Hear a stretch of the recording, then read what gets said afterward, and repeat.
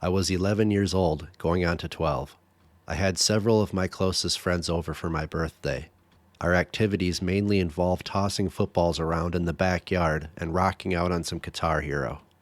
I was fortunate to receive some fantastic gifts that year, with my parents surprising me with a brand new snowboard for the upcoming winter.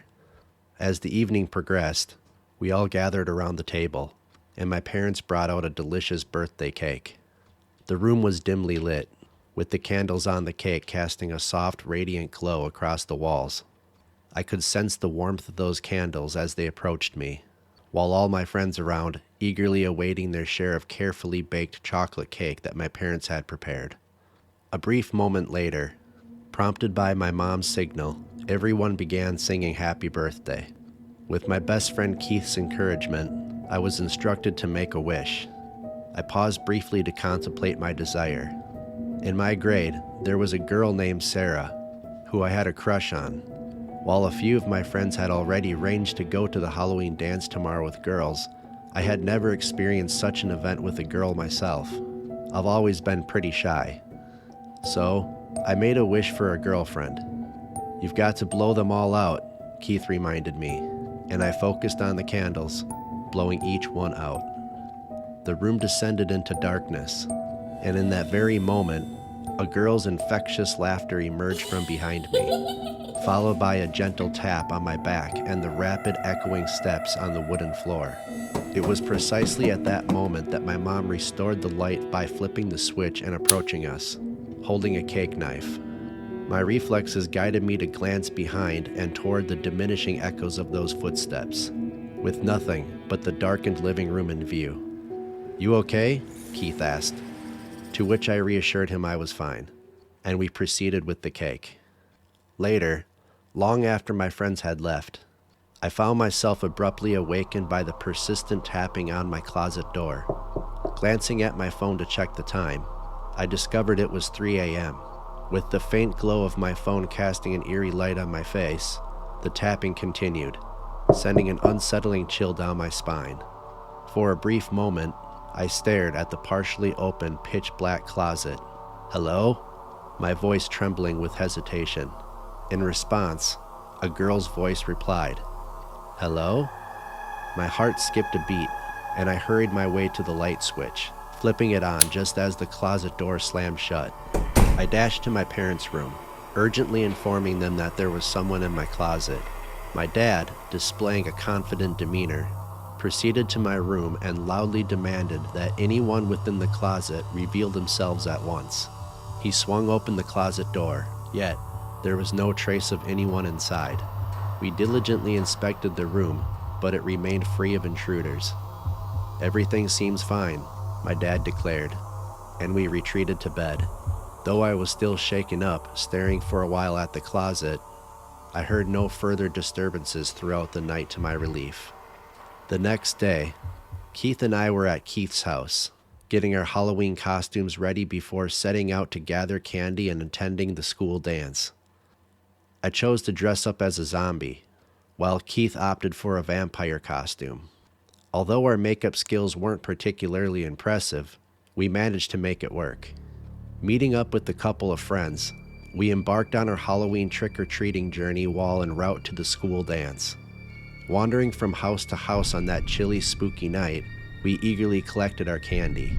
The clear skies and the moon's luminous glow made it easier to navigate the streets as darkness descended swiftly. While en route to another random house, my attention was captivated by a ghostly-looking girl who appeared to be watching me from behind a tree a couple houses down. "Hey Keith, can you see her?" I inquired, pointing towards the mysterious girl. Keith glanced over and asked, "Yeah, I see her. Do you know her?" I shook my head and responded, "No, but she's just standing there, staring at us." Our conversation was momentarily interrupted by our other friends, diverting our attention. When I looked back at the girl's direction, she had vanished. As we pressed on, an eerie feeling gripped me, suggesting that I was being watched and followed by that ghostly girl.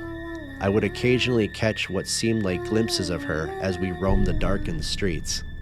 but the sightings were so fleeting that, upon closer observation, I would second-guess my own thoughts. Arriving at the middle school, we realized the dance had started half an hour ago. As we neared the building, a group of our classmates were also heading in, but recognizing anyone in their costumes was a challenge. My eyes were peeled for Sarah, hoping for a chance to dance with her. The sound of the music grew louder as we went inside. I informed Keith that I'd catch up with him in the cafeteria where the dance was happening, but first I had to stop by the restroom. On my way out to reunite with Keith, I was startled by some spooky giggling coming from the dark classroom corridor.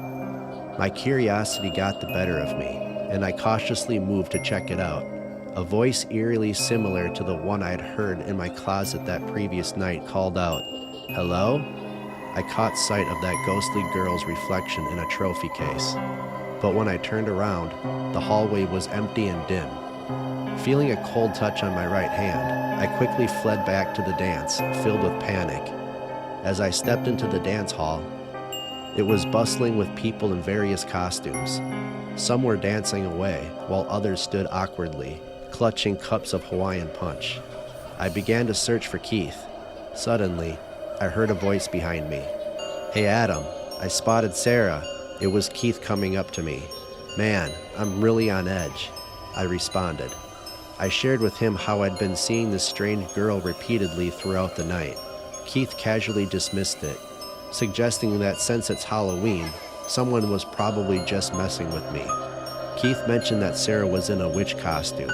Normally, this would have piqued my interest, but my mind was preoccupied. I joined the group of kids at the punch table, gathering my nerve to approach Sarah, who was chatting away with her friends. As I lifted my cup to drink, a chilling wind swept by, accompanied by whispers asking, "Do you want to dance?" followed by a giggle. Startled, I let go of my cup, watching it in dismay as it splattered on the floor, its contents spreading everywhere. The incident drew a lot of eyes my way, leaving me feel embarrassed. I saw Sarah glance over and noticed what happened. Unlike many others who giggled, her smile carried a hint of sympathy. I responded with the smile back, trying to convey how foolish I felt through my expression. Sarah's approach momentarily eclipsed my fears of the ghostly girl, as my heart pounded with a different kind of apprehension. My nervous anticipation was abruptly interrupted when I was suddenly shoved hard. Before I knew it, I was airborne, crashing to the floor and skidding slightly. Lying there, breathless and dazed, I looked up to see numerous faces gazing down at me, their expressions a mix of shock and confusion. "Are you all right?" inquired Sarah, her voice reaching me as I gazed up at her kneeling down beside me. "Let's go outside and get some fresh air," she suggested, not waiting for my reply. Together, we made our way to the exit leading outside. All the while, I was unable to escape the lingering haunting sensation. "I know this might sound insane," I confessed to Sarah, "but I'm sure there's some kind of evil presence following me." As we stepped outside, Sarah remarked that it appeared as if I had been pushed over by an invisible force back in the cafeteria. Then, glancing over her shoulder, I caught sight of the ghostly girl emerging from the doorway. She turned her head towards me to give me a scornful look. "Look," I said to Sarah as I pointed to the girl. "Who is she?" she asked. "She's been following me since my birthday last night, since my wish." The ghost then started to sprint towards us screaming. "What did you wish for?" Sarah asked as she clung tight onto me. As the ghost approached nearer, I answered, "A girlfriend." As I said that, the ghost evaporated like fine mist into the air, and the heavy weighing feeling lifted. With her eyes squeezed shut, Sarah gradually opened them and realized she was pressed close to me. She quickly apologized and stepped back. We both then scanned our surroundings, and after a brief moment, our eyes met again, leading to a burst of prolonged laughter from us both. A few others also saw what happened, though most were skeptical of our story. Despite this, it continues to be the most astonishing event I've ever experienced. Against all odds, Sarah and I have managed to stay together ever since. Now, we're extra cautious about what we wish for.